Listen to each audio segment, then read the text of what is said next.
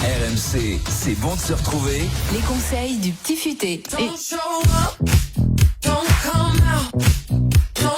Bonjour Salia Djilani. Bonjour Marie. C'est celle-là qui chante ? Exactement, c'est Dua Lipa qu'on entendait à l'instant. Donc on part à Tirana, la capitale de l'Albanie.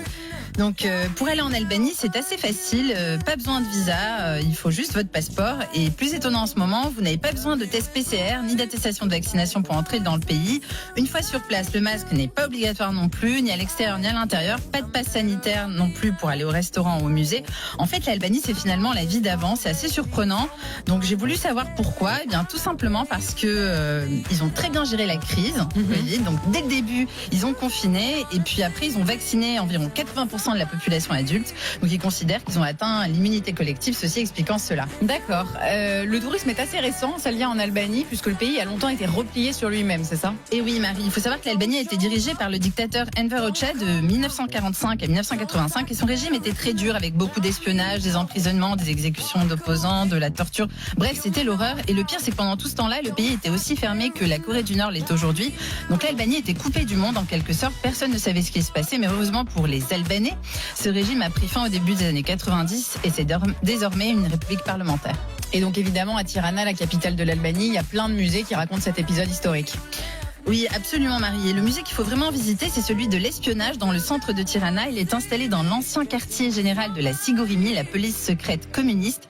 Et ce musée fait froid dans le dos. En le visitant, on comprend tout le système d'espionnage ultra élaboré qu'avait mis en place le dictateur Enver Hoxha à tous les niveaux de la société. La visite est très interactive. Vous pouvez par exemple utiliser des appareils d'espionnage d'époque pour écouter ce qu'il se dit dans une salle à l'étage. En bref, ce musée est vraiment à voir et on comprend pourquoi. Il a remporté le prix du meilleur musée européen en 2020. C'est un prix décerné par le Conseil de l'Europe, ce n'est pas rien. Ça c'est pour les musées. Salia, on va parler de la ville en elle-même, la ville de Tirana. Est-ce que c'est une jolie ville à visiter, Tirana ? Oui, c'est une jolie ville parce qu'en fait, malgré le côté communiste et les bâtiments austères avec des grandes avenues typiques de l'époque communiste, on est loin de ces villes moches et bétonnées des pays de l'Est car Tirana, c'est aussi une ville verte. Elle a un grand parc avec un lac en pleine ville et le maire actuel, Erion Veliaj, a fait planter beaucoup d'arbres dans Tirana ces dernières années. Donc, il a aussi augmenté les pistes cyclables. Donc, c'est une ville très agréable où on respire. Et puis, il faut savoir que c'est la prochaine capitale européenne de la jeunesse. Les Albanais sont très chaleureux. C'est un pays globalement sûr, à tel point que le tourisme médical est même en plein essor en Albanie, notamment le tourisme dentaire.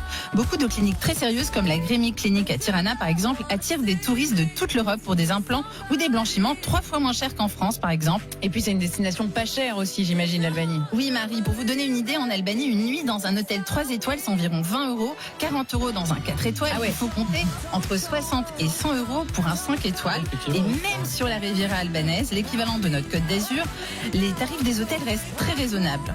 Un dernier conseil, si vous avez envie de faire la fête, les clubs de plage de Dermi Palasa ont d'excellents DJ. C'est seulement à 3 heures de route de Tirana et c'est aussi sympa qu'Ibiza, en beaucoup moins cher.